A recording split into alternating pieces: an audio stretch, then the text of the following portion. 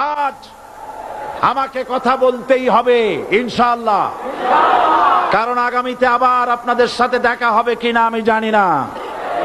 কথা বলতেই হবে। আমি দেখতে পাচ্ছি বাংলাদেশের ভাগ্য আকাশে উত্তর গগনে কালো মেঘ জমা হয়েছে, ঝড়ের পূর্বাভাস লক্ষ্য করছি। যদি মোকাবেলা করতে না পারেন সক্ষম ভাবে, এমন অন্ধকার গাঢ় কালো অমাবস্যার রাত আসতে পারে যার সুবে সাদেক হওয়া অসম্ভব।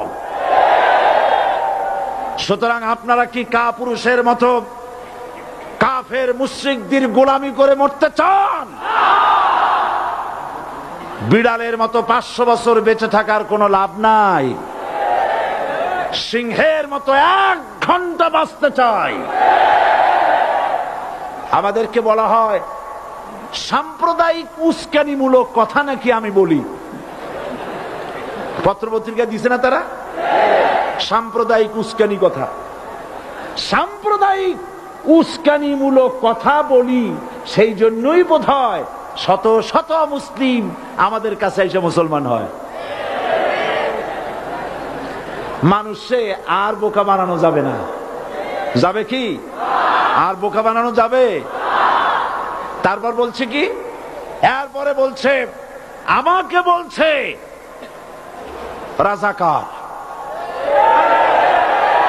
শুনে রাখো চট্টগ্রামের লক্ষ লক্ষ জনতা, পার্লামেন্টে যখন আমাকে এই কথা বলা হয়েছিল, আমার পার্লামেন্টের কলিগ জাফরুল্লাহ চৌধুরী সাহেব বসে আছেন এখানে, প্রধানমন্ত্রী সুদ্ধা, অন্তত 3 শতাধিক পার্লামেন্টের সম্মানিত সদস্যরা সেদিন বসা। 1997 সনের বাজেট বক্তৃতা যখন আমি করতেছিলাম, ডক্টর কুদরতে খোদা, নাম রাখছে কুদরতে খোদা, আসলে গজবে খোদা। এ লোকটি নাস্তিক, ইসলামের চূড়ান্ত দুশমন।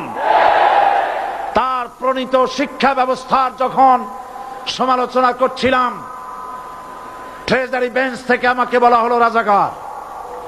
আমি আমার সমস্ত শক্তি একত্রিত করে বলেছিলাম শুধুমাত্র হিন্দুস্তানের রাজাকারেরাই আমাকে রাজাকার বলতে পারে। আমি বলেছিলাম 1973 সন পর্যন্ত আমি বাংলাদেশের কোন রাজনৈতিক দলের নেতা এবং কর্মী ছিলাম না। আমি রাজাকার নই। আমাকে রাজাকার বলে যদি তাকেও প্রমাণ করতে না পারে 10 কোটি টাকার মানহানি মামলা দায়ের করব। আমার এই বক্তব্য সারা দুনিয়া শুনেছে। পার্লামেন্টে আমার এই বক্তব্য রেকর্ড হয়ে আছে। সেদিন 3 শতাধিক পার্লামেন্ট মেম্বারের কেউ আমার চ্যালেঞ্জ গ্রহণ করেন নাই। যে কোনো ব্যক্তি পার্লামেন্টে গিয়ে আমার বক্তৃতা দেখে আসতে পারেন। এরপরে 1997 সনের 7 অক্টোবর দৈনিক জনকণ্ঠ পত্রিকা যখন আমার বিরুদ্ধে লিখলো, সেই পত্রিকায় সাইদির ওপেন চ্যালেঞ্জ 8ম পাতা, 1997 7 অক্টোবর, এত বড় 2 কলামে হেডিং। সেখানে আমি বলেছি বাংলাদেশের সকল সাংবাদিক, গোয়েন্দা বিভাগ, বাংলাদেশের সকল বুদ্ধিজীবীকে আমি আমার পিরোজপুরে আমন্ত্রণ করছি। আমার উপস্থিতিতে যদি কেউ প্রমাণ করতে পারে বাংলাদেশের স্বাধীনতা যুদ্ধের বিরুদ্ধে আমার কোনো ভূমিকা ছিল, সজ্ঞানে স্বেচ্ছায় জাতীয় সংসদের সদস্য পদ থেকে পদত্যাগ করব। 3 বছর পার হয়ে গেছে, আজ পর্যন্ত কেউ এই চ্যালেঞ্জের মোকাবেলা করে নাই। সুতরাং আমাকে যারা রাজাকার বলবে তারা পিতৃ পরিচয়হীন অবৈধ সন্তান। 1971 সনের, শোনো মুসলমানেরা, 1971 সনের কোন কাদা সাইদির গায়ে লাগে নাই। আমাকে রাজাকার বলে জনগণ থেকে বিচ্ছিন্ন করবা। জনগণ থেকে আমারে বিচ্ছিন্ন করা যাবে না, কারণ এই জনগণ আমার জন্য আসে না, এই জনগণ আসে আল্লাহর কোরআনের জন্য।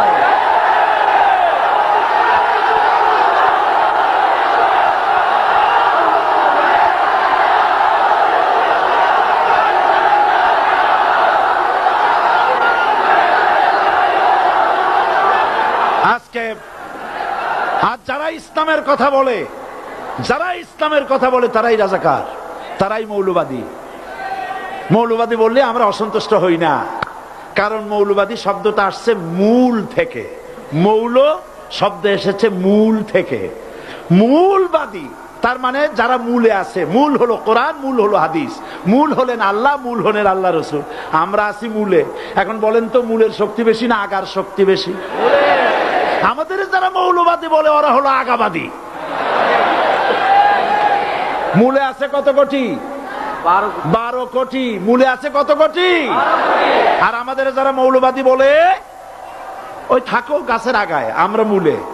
লাভালাভি বেশি করবা না, 12 কোটিতে গাছের গোড়া আসতে নানা দেবে, মামু বাড়ি দিল্লি গিয়ে পড়বা, বাংলার জমিনে জায়গা হবে না।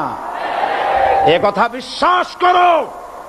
বাংলাদেশের মুসলমানদের শরীরে এক বিন্দু রক্ত থাকতে শয়তানের তৈরি করা ধর্ম নিরপেক্ষ মতবাদ বাংলার জমিনে কায়েম হতে দেওয়া হবে না, হবে না।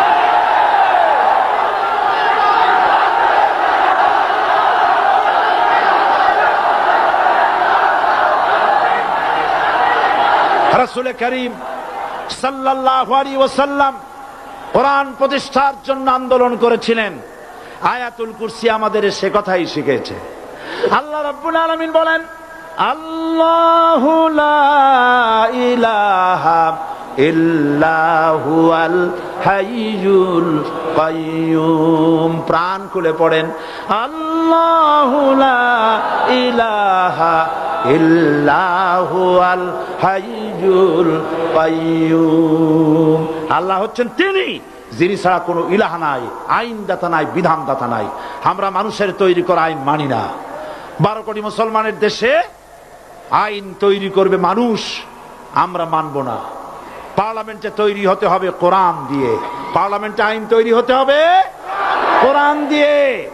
সুতরাং ভয় যতই পান আর যতই ষড়যন্ত্র করেন, 4 দল যখন একত্রিত হয়েছে, ঐক্যবদ্ধ থাকবে, সরকার ঐক্যবদ্ধভাবে গঠন হবে, নির্বাচন ঐক্যবদ্ধভাবে হবে এবং কোরআন হবে, আল কোরআনের পার্লামেন্ট হবে বাংলাদেশে।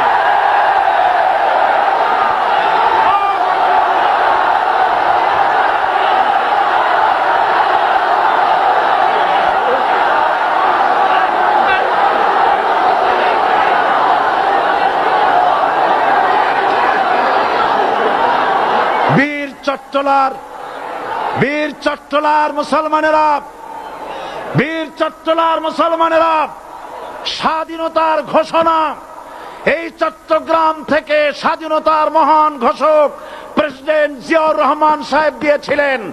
এই চট্টগ্রাম থেকেই ইসলামী রাষ্ট্রের ঘোষণা হবে।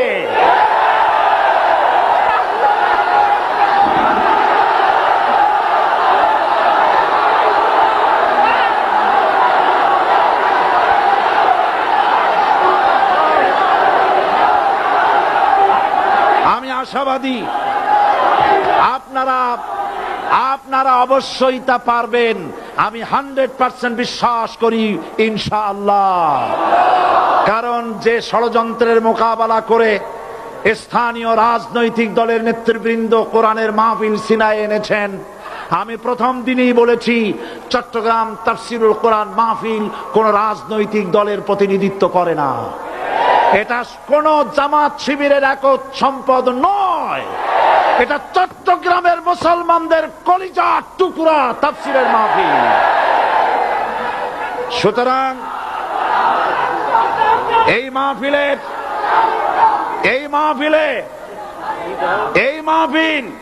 চট্টগ্রামে থাকবে ইনশাআল্লাহ কিয়ামত পর্যন্ত।